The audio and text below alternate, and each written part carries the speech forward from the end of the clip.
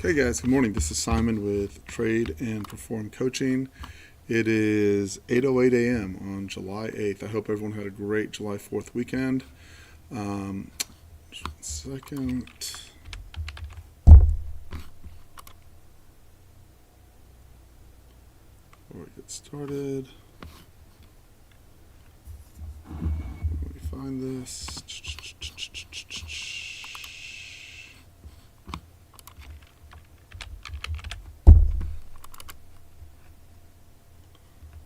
Here somewhere. Oh, there we go.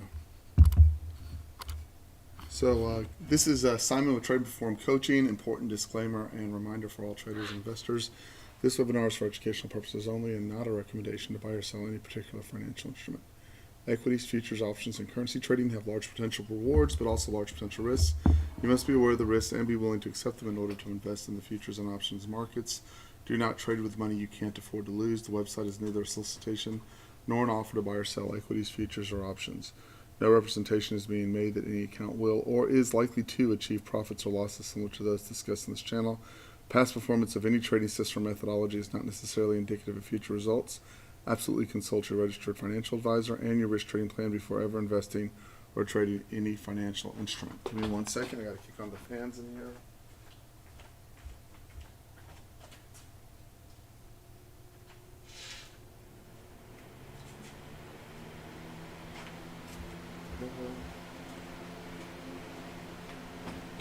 And we're in business.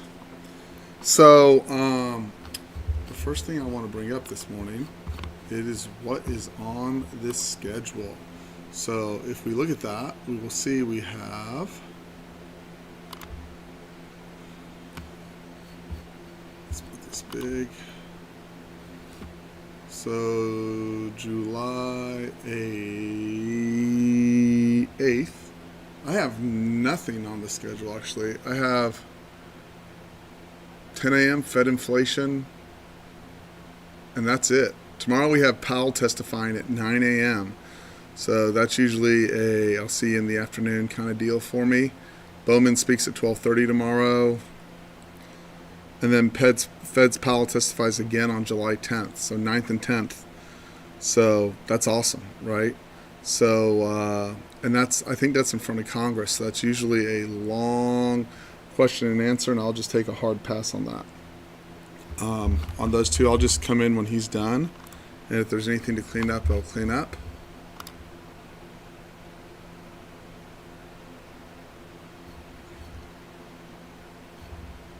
Thank you.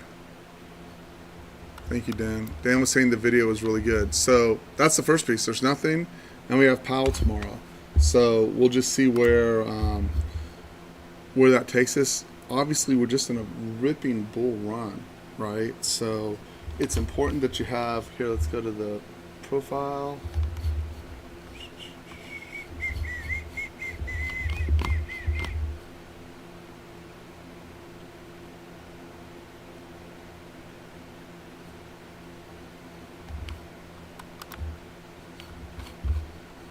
And hold on 1 sec, I will have that up for you. And here is NQ, right? So we all know this thing is due for a nasty down day. Like, if anyone has a question about that, you got to be a little out of your mind and not think that somewhere in this whole move, we're not going to get some kind of nasty down move when you've had this kind of run up, right? But let's talk about realistic perceptions and ideas, right? So the first thing is,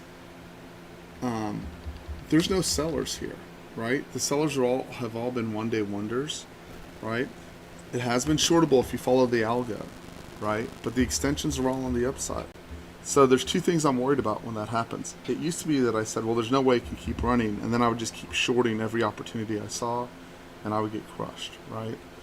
But my experience tells me to wait until the crushing actually happens, let it recover, and then get aggressive on trying to get extensions to the short side, right? Other than that, everything's a one-day wonder. So how do you balance that with, I know we're due for a pullback? Well, really easily. First of all, the V-shapes are going to happen. There's nothing we can do about those. Until they let this thing go, we're going to keep getting Vs, right? If you'll look in here, I'm not going to duplicate this chart, but I'm going to open it up a little bit. If you look well, I didn't mean to open it up that much. If you look, almost every time we get a nasty down day, one day closes at the low, and then all the subsequent days close well off the lows, or completely U-turn and close up off at the high, right? So the way that works psychologically is you get all excited about what potentially is coming down the pipeline, right? And you get excited about what's coming down the pipeline, and then all of a sudden you're like, oh, well, that was a horrible trend day down, right? And then you try to short hard here, and you try to short hard here, and in a bull market, they just rip you up. Now, what you're looking for is a couple of days like this where we're closing in the bottom third, right? We're unable to recover more than the mid of the move. We don't close back up at the high the very next day, because you got to remember, this is overnight. This closes at the low, the very next day closes at the high, right? Closes at the high, closes at the high, right?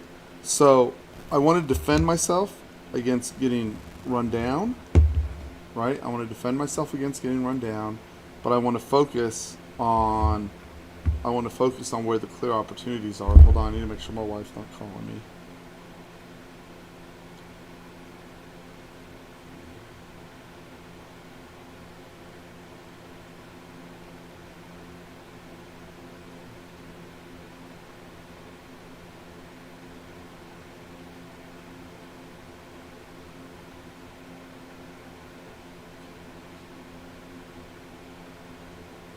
We're good.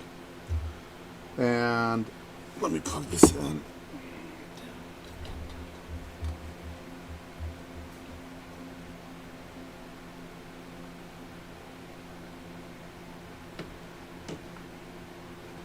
Okay. So I'm looking for open drive lower, right?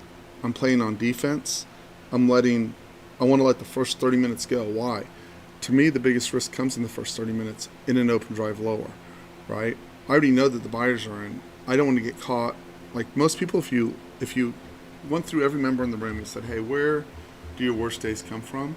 They come from getting capped right up early in the day, right? And they go, man, I took 3 stops in the first half hour. Now, I think Ron put it most elegantly, right? That first 30 minutes can be a monster day for me, right? But too many times it ends up wrecking my day or my week, right? And my psychology. So the easiest thing to do is just go, hey, first 30 minutes, gift it to some hotshot who thinks he has it down, right? But most guys get smoked and blown up in that time frame, right? I know the charts show that they're tradable. I know that some people do trade them successfully, but the majority of people I know who are under pressure and need to make money do not trade that time frame very well, and when it slows down just a little bit, they tend to do better. Okay. Next, let's go ahead and fix this chart up so that we know where we're looking, and then we'll go through the setups. I'm not in a rush this morning, and obviously I haven't updated this chart in a couple of days, so let's just drag some things around. So this goes back to the high from Friday. Friday was a full day, so it counts. So let's just grab this here. Let's delete some stuff. This goes away. This goes away. This goes away. This goes away. Okay, let's do this. Let's go move this over here. High.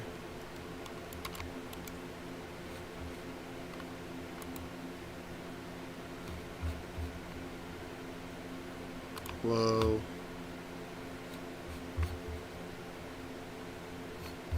Let's drag this over here. Value area low. And I'm going to have to go back and fix those lower levels. Unless we just get crushed, I'm not going to worry about it today. Here's single prints within unfair pricing.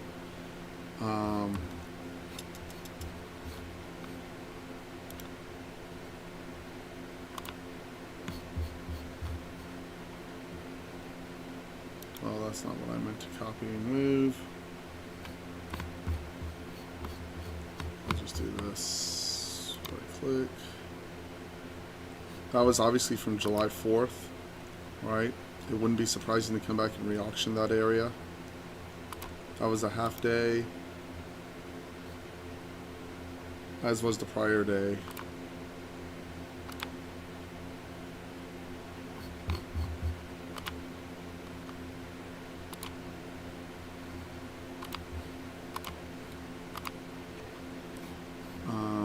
There's an anomaly right at value area low. That's valid.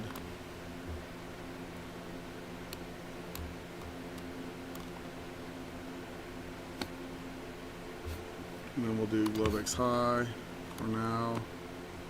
That may change in a couple minutes. Globex low, and then we'll worry about fair and unfair pricing from overnight. And that kind of does it. Like below here, below Friday's low, we just have a huge area. You just may want to mark off below 2360. There's just a whole huge area of fair value that can be re-auctioned. I'll mark off the volume point of control there. But I'm not going to worry about that too much. That's way down, and that would be about a 300 point butt kicking. Not that it can't happen, but I'm not going to plan for a bear move in a market that just barely gives any budge to the downside. I'll adapt on the fly using the process that's easy enough to do. This is valid, and we already used this zone, so we'll delete this.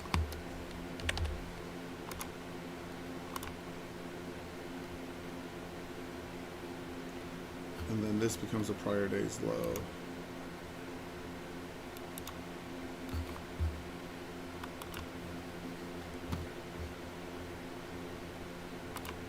And we'll just kind of go from there. So this is what we'll use.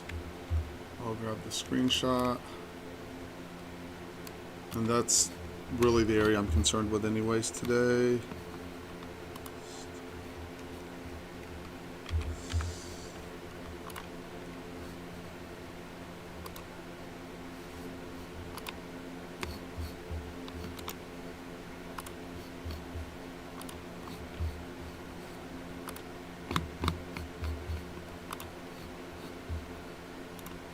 Morning, Landra. So now I want to talk about specifically what trade I want y'all to take.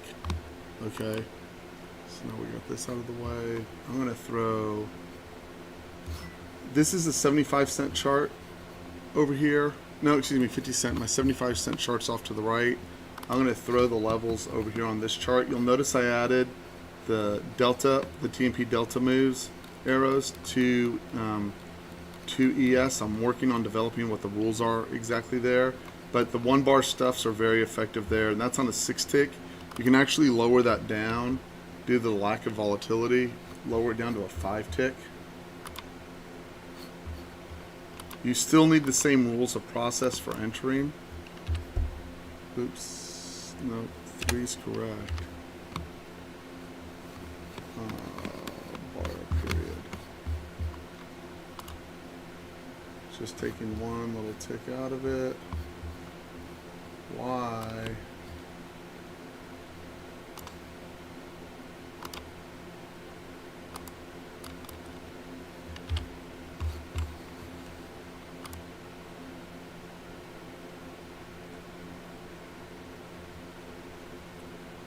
There we go. Okay, there we are. So I want to go through what setups I want y'all to look for, and I'm going to start with the 24 tick, then I'm going to go to the 15 tick. Okay, so I'm going to go back, and it's a very specific set of things that I'm looking for when I'm looking for the trade. So I'll show you both some longs and some stops, right? So these green arrows will be gone, by the way, until I figure out a better way to display them. And this is 5 in the morning, so let's go back to, and I have too many days loaded on this, but this is fine for demonstration purposes. What I am looking for, this is 6:12 in the morning, there's 9:30, perfect. This white arrow up. Okay, I don't even need the arrow down. The arrow down is just a bonus. White arrow up. No supply, no demand. Okay, no supply, no demand. Your entry's on this bar, and the stop actually on the 24 tick. The stop on this, I would put at 12 points because you get nicked by 10.5 or 11 every once in a while. So no more than 12 points on this. It's still a dramatic reduction from the 18 points on the top bar, and you are looking for a fall away just like this, right? This is not an entry. Why is this not an entry? Because you need the third bar. The entire purpose of that third bar entry, is to keep you from having exactly this happen, right? You enter here, you're short, right? Red arrow down, no supply, no demand. Your entry's right here. The amount of heat you took on this trade, right? I'm going to say your entry was 33. I'm going to give it 2 ticks. So it was 33 to 22.25. Like I said, I picked 12 points because every once in a while it'll wick right behind here. This is, at the end of the day, even with all my trading errors that I make sometimes from moving too fast, I'm ending up somewhere between 67 and high 80 percentile on the win rate, right? This is not a trade for me right here, right? Now there are going to be some people that are going to go, hey, I notice on the third bar, on the fourth bar it still works. My goal is just to get y'all to where you're getting paid on a consistent, regular basis, right? I'm going to say that again. My goal is simple, just to get people in the room paid on a regular, consistent basis. So most people in this room are trading crackheads, right? They get as aggressive as they need to get or want to get. So I'm just staying with, this is what I'm looking for, right? Why? Because it makes me money. It doesn't always get me the exact trade I want. Like, for example, I would have loved to have had this trade. It was a 4-bar combo. I would not have taken it. I would have loved to have the counter trade over here, right? Didn't get it. Would love to have that short at 12 o'clock, right? But I get this, red arrow down. This is not a no supply, no demand, so it's more aggressive, right? But your stop should still be about 12 points on that bar up. This is more, the no supply, no demand assures that you have a very good opportunity to make a lot of money, right? Your risk is 12 points. Red arrow down, no supply, no demand, entry right here. If your risk is 12 points, this is your entry. You are able to garner 68 to 85, better than 1-to-1 on your RR. Again, this is not a no supply, no demand. So here's an example where if you get aggressive and you don't wait for the no supply, no demand, you get stopped here. This is minus 12. That's a stop. And then you come right back on it. I'm not sure about that white arrow. It needs to be a red arrow. Oh, but it's apex trap, so I stand corrected. This is the only one where you take it on the apex trap back in. And I would still suggest on the apex trap back in, see how this got stopped? That you go with the second bar with a 12-point stop. This one needs 18 points. This one needs 12 points. And you still get paid just fine. On your own, you're going to find other trades that'll work out just fine for y'all, and there'll be no problem, right? Again, if you'll look here, the difference between this gets stopped. It does not achieve a 1-to-1. It's the more aggressive version. This one does not get stopped. And Paige, that's at the close, so no one would have traded it, right? Let me fix the number of days on this chart really quick.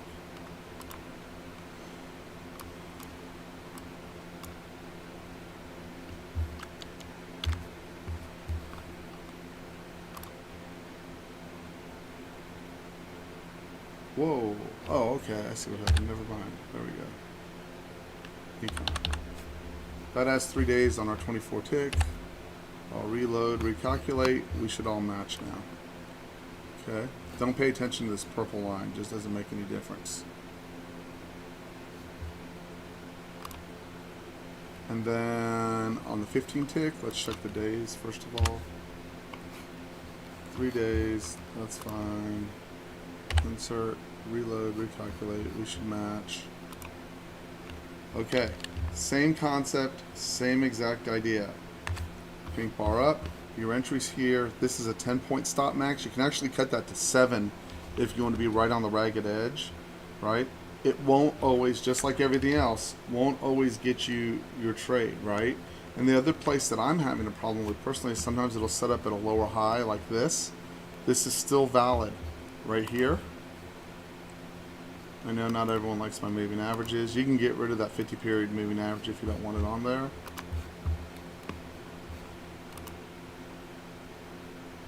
Okay, arrow down, this is the more aggressive version, right? So go look at the stop that's required there. If you take the more aggressive version,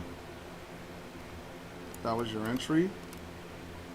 That was the heat you took on that before it got any kind of extension. So that was 90 down to 82, hence why I put the 10-point stop on there, right?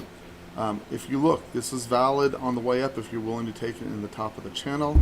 And again, part of the reason you should be using the 24 and the 15 together is that they don't always align with each other.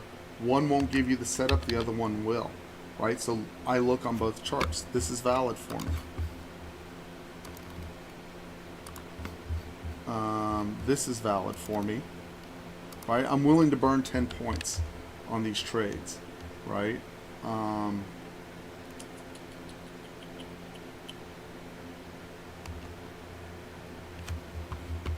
No trade here, right? So if you're a person that goes, hey, I've got to catch the bottom and I got to catch the turn, like you could have gone through this whole series. If you look through the series to the top, right? This is actually your first entry. You got popped for 10 points there. You didn't get it here. You don't get any trade entries here, and you don't get the trade entry here.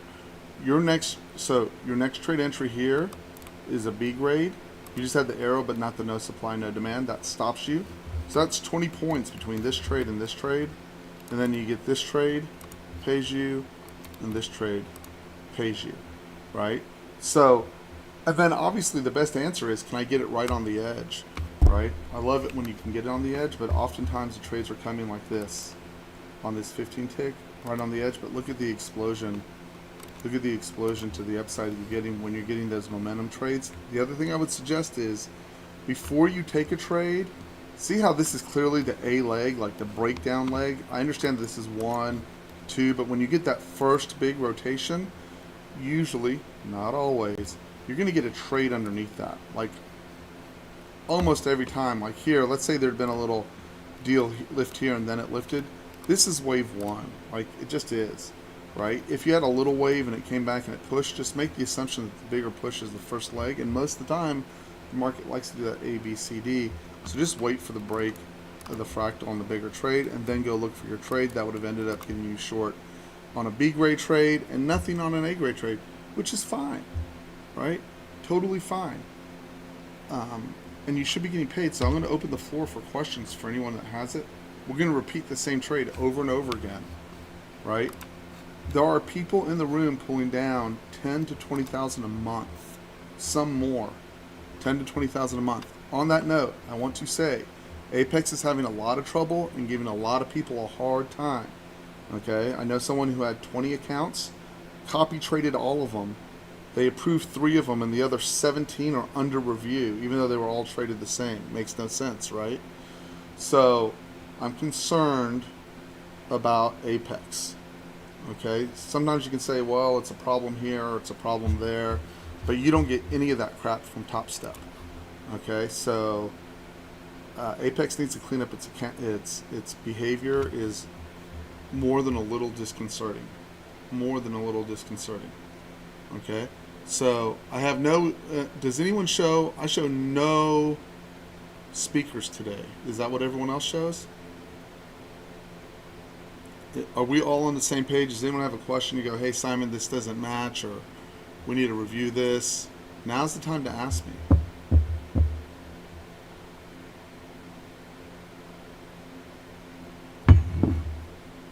It's a good time to ask me.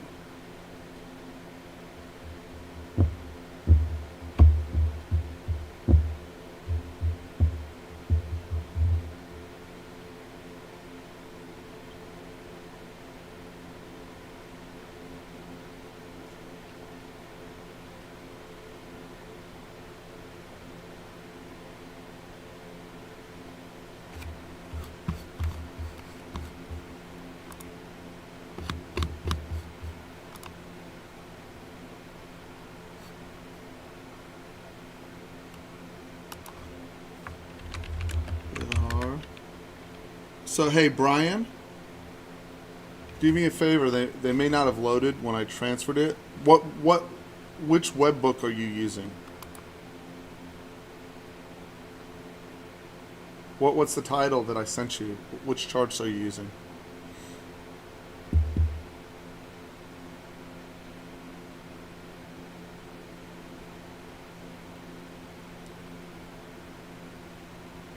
No. Here, so I've sent you a layout since then. I'm going to send you another one right now so that it'll match. You should be able just to pop it open. Send me your username, your CR chart username, please.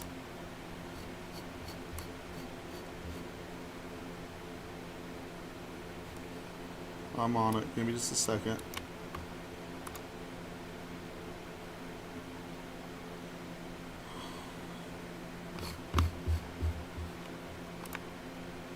It's hanging up. It'll appear in just a sec.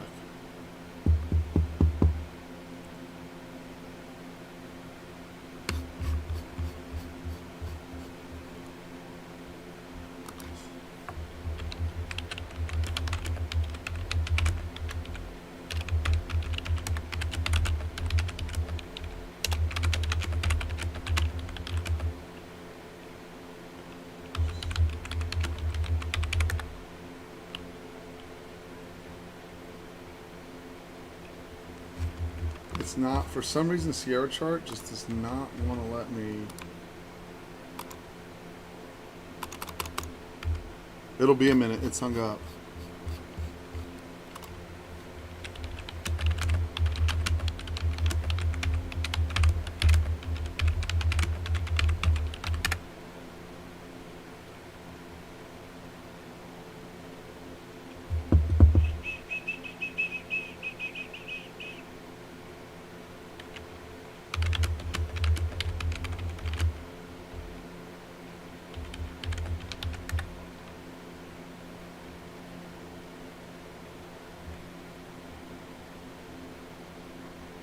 That was a pretty quick 50-point move, roughly 40.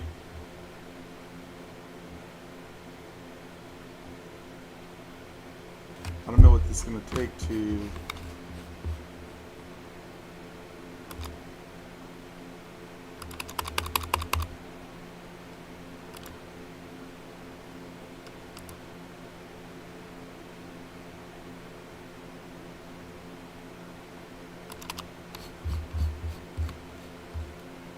Let's see. Now I can't do anything till this thing gets fixed.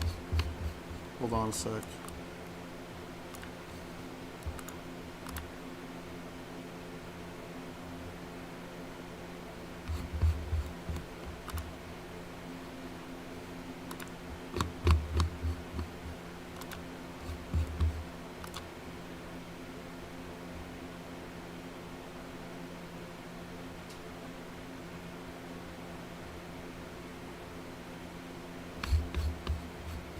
This sucks. It's just totally.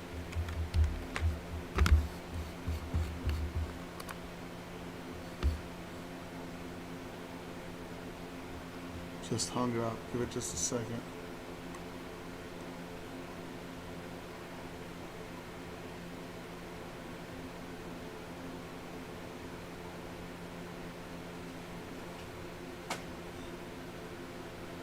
And here we're going to do something here. Well, I got to get this to unlock first, so give me just a second.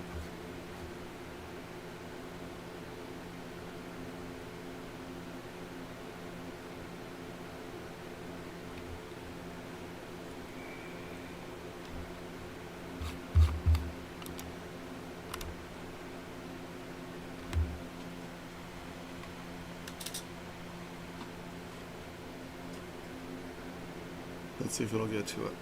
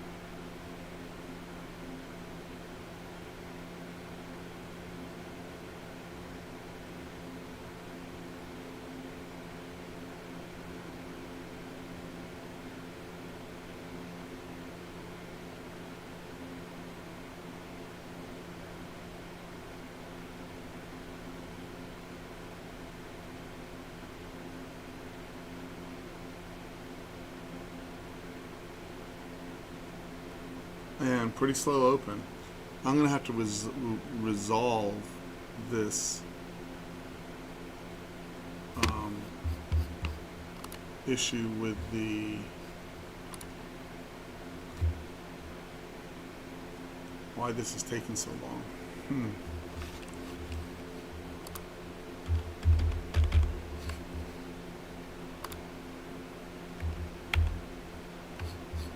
Let's see if it'll slow down a little bit.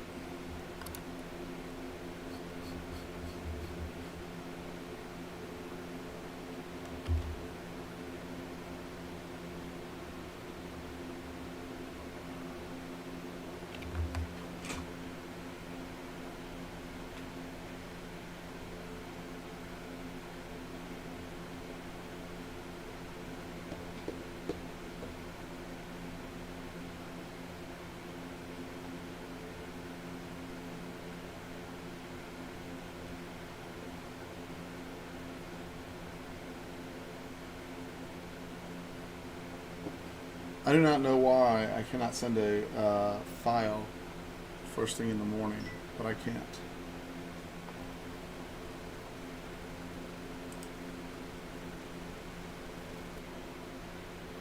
Yes, Randy. File send box. I'm trying, but it's not. Yeah, I don't know how to. I'm clicking on it. It's just not unlocking.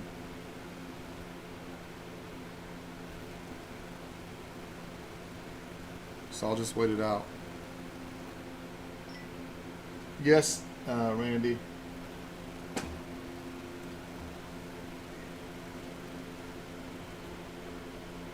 You can use either or. The problem is I overwhelm people with the number of setups that I'm looking for. So I'm just trying to keep it relatively simple. I'm also still using a 6-tick setup as well.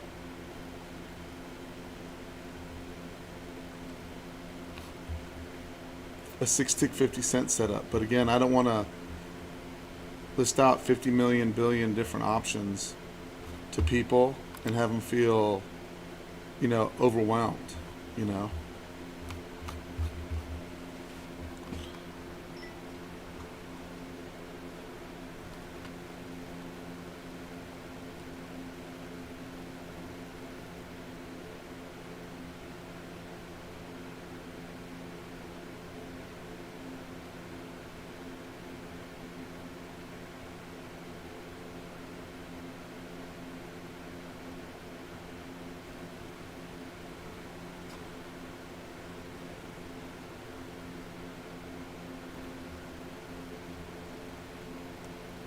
But that is a frustrating deal on Sierra chart when it won't do something basic like send a chart and it locks up the whole system.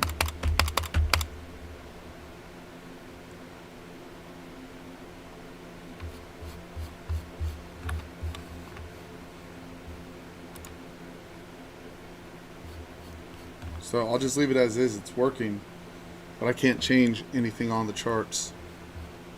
It doesn't affect my ability to trade or not trade.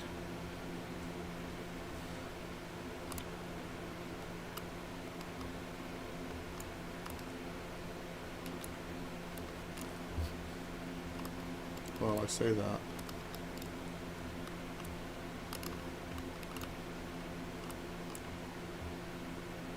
Hey guys on YouTube, I'm going to kill this for a moment.